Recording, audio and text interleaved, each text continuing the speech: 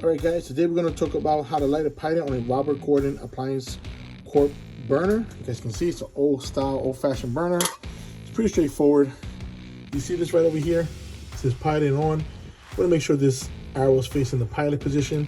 You press this button down just like that. When you press that pilot down, I'm sorry, when you press this button down, all the way down, you're introducing gas into this pilot tube. It's going out.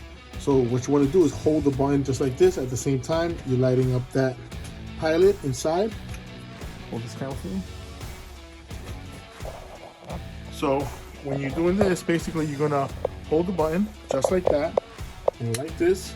You can light the pilot, which is all the way in here, and just like that. I don't know if you guys can see. It's a little hard to see. There you go. You can see that. So the pilot is lit. You're gonna keep your finger on this button for about, I would say about 2 minutes, 3 minutes. Once you have your finger on for about 2-3 minutes, you should be able to let it go. Now let it go. Just double check it stays on. It's lit. Now we're gonna put her in the on position. There you go. Ooh-wee, she turned on. So the pilot is out. Could be a draft issue that turns it on, but let's take a look.